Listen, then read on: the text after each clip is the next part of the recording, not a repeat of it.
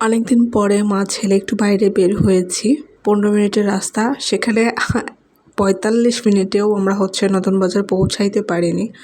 যাই হোক, তারপরেও ভালো লাগতেছিল। আসলে সারাক্ষণ ঘরবন্দি থাকার পর যখন একটু বাইরে বের হই, মনটা ফ্রেশ লাগে। হ্যালো ভিউয়ার্স, আসসালামু আলাইকুম। চলে আসলাম নিরান্দার ছোট একটি ভিডিও নিয়ে। এই তো মা ছেলে নতুন বাজারের উদ্দেশ্যে রওনা দিয়ে জ্যামে বসে আছি। ঠিক ঢাকা শহরের মতো জ্যাম উপভোগ করতেছিলাম আমরা, মানে সামনে পিছে এত পরিমাণে জ্যাম ছিল। বাসা থেকে বের হয়েছি 11:30টায়, আর 12:45-এ এসে সাইদনগরে বসে আছি। একটু একটু করে আগাচ্ছে। তো বাইরের ওয়েদারটা ছিল এই রোদ এই মেঘ। তা আমি বিকাল টাইমের আশা করিনি। বিকালে বেশিরভাগ বৃষ্টি হয়, না হলে দেখা যাচ্ছে কোনোদিন সকালেই বৃষ্টি শুরু হয়। এই বছরের মতো বর্ষা মনে হয় আর আগে কখনো দেখিনি। যাই হোক, অপেক্ষার প্রহর শেষ করে চলে আসি ওয়ালটন শোরুমে। এখানে কিছুক্ষণ বসার পরে ভাই কিছু সিঙ্গারা নিয়ে আসে, আর অনেক দিন পরে সিঙ্গারাটা খাচ্ছিলাম আর এটাই শেয়ার করতেছিলাম। সিঙ্গারাটা অনেক মজা ছিল, মাঝে ধনিয়া পাতা দেওয়া ছিল, ফ্লেভার বের হচ্ছিল, খেতে বেশ মানে অসাধারণ ছিল।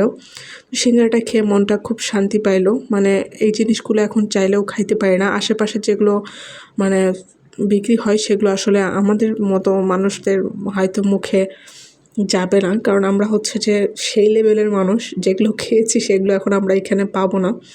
যাই হোক, বেশি কথা না বলি। তারপরে এই তো আমি সেখানে কাজ সেরে, বাচ্চাটা 7 আপ নেবে, আইসক্রিম খাবে বলতেছিল, পরে আবার বলতেছে 7 আপ নেবে, নিয়ে এই তো চলে আসি বাসায়। বাসায় আসতেও প্রায় 1 ঘন্টাই লেগে গিয়েছে। আমরা আজকে সারাটা দিনই বাইরে বলতে গেলে। বাসায় এসে তো একটা আয়রন নিয়েছি, আয়রনের খুব জরুরি দরকার ছিল। অনেকদিন হলো নিবো নিবো করে নেওয়া হয়ে উঠতেছিল না। একটা ছিল, সেটা আবার অফিসে রেখে আসছিল আব্বু। তো ঝটপট কাজের ফাঁকে হয়তো অফ ক্যামেরায় ভাত বসিয়ে একটু চা করে নিলাম ক্লান্তি দূর করার জন্য। এদিকে চা খেতেই আমি ভুলে গিয়েছি। যাই হোক, এদিকে পেঁপে কেটে নিচ্ছিলাম, মুরগি মাংস দিয়ে পেঁপে রান্না করব। আর যে অফ ক্যামেরায় থালা বাসনগুলোও ক্লিন করে নিয়েছি। তো এখন এই তো সব কিছু রেডি করে ভাত রান্না হয়ে গিয়েছে। এখন মাংসটা রান্না করে নিচ্ছি।